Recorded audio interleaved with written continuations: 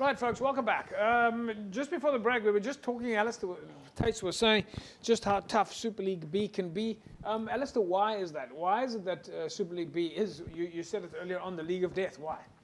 So you have probably about 8 teams Yeah. who's been in the Super League B for season after season.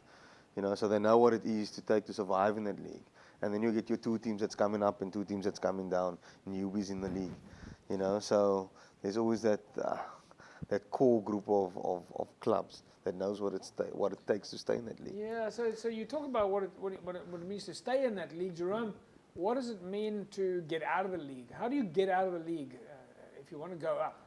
I mean, what is it? Because it's multiple things. Obviously, you're going to play Super A. Your squad depth must be good, so you can't play with one team all the time. Yeah. Or if you have an injury, you must know the replacement is good enough. So that's what Super League A is about. So you have to have a good squad, and and you have to have all systems going. Like you have proper coaching, you have to do your stuff properly. And if you look at teams that come down from Super A, that's why Alastair also says it's like almost like the league of death, because you don't survive easily. If you look at NNK coming from where they are, you would think like the guys coming down, they should be up there, but it's not easy. So any team that goes from Super A to Super B, they always struggle. Because there is sometimes a perception of if you're in the higher league, maybe you have one bad year, you go down, it's fine, you'll be back next year. But that's not the case. Yeah. No, it is not the case. Once you slip. I think sometimes clubs are happy. Like if you take NNK, they'll be happy to be in Super B, because it also happened, like if you drop Super B, you're done. You struggle. Then it's a few years to rebuild, to get up again. If you look at villages where they were a few years ago, where they are now, but it takes a long time to get up there. But then the question will be asked, does it really matter, you know, which league you're playing in? If you look at a club like NTK, they're playing now, they're having the time of their lives. They're having so much fun playing rugby. In Super League A, they were under pressure all the time.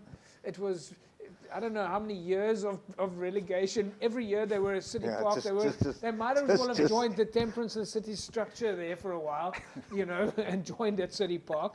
But now they're in Super League B, and it's like it's working for the club.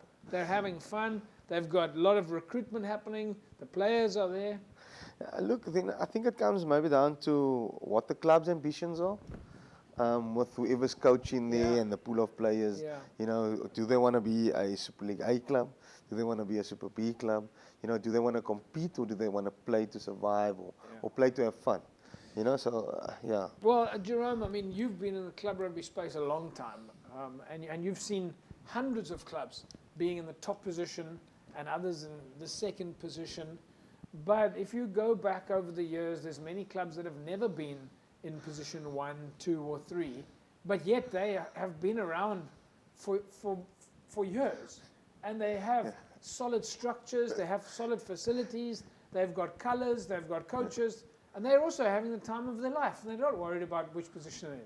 Yeah, no, that's exactly it. As you say, it's like it's actually better for some clubs to stay in Super B, or C, or whatever, because that's where you are. And you know, your fans are happy. Yes, you're going to lose a game or two, but you're going to win. You're also going to win games. Where if you go to Super A and you struggle and you don't win, you lose your support, you lose sponsorships, you lose everything in the whole in your community. That whole community is angry. Things go wrong. But it depends on what you want, and like certain clubs are most happy to stay in Super B or Super C. And just stay active and keep looking after the folks around you, keep the doors open. All right, well, folks, let's take a look here. These are some of the highlights from Vineyards up against Hamlets this past weekend.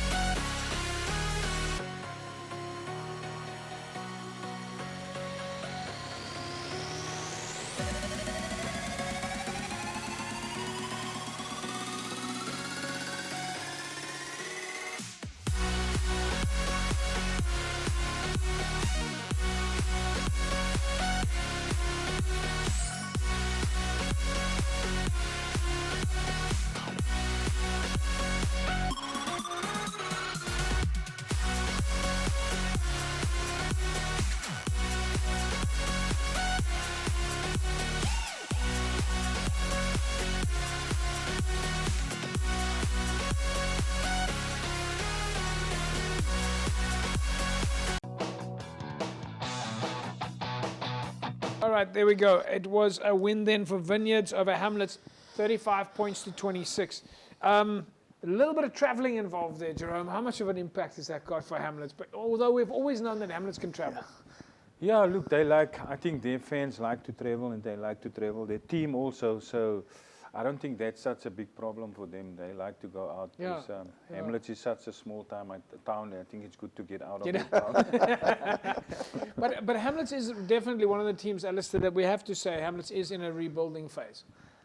They came down from Super League A. I think this is now the second year that they're in Super League B. And they've had a few changes in their coaching structure, the playing structure. Yes. It's fair to say that they're still in a rebuilding space. Yeah, look, it takes a while to get where you want to be, you know, especially coming down from the A League. And they were dominant in that B League for a good couple of years. Yeah. You know, but it takes time. It takes time to get back to the top.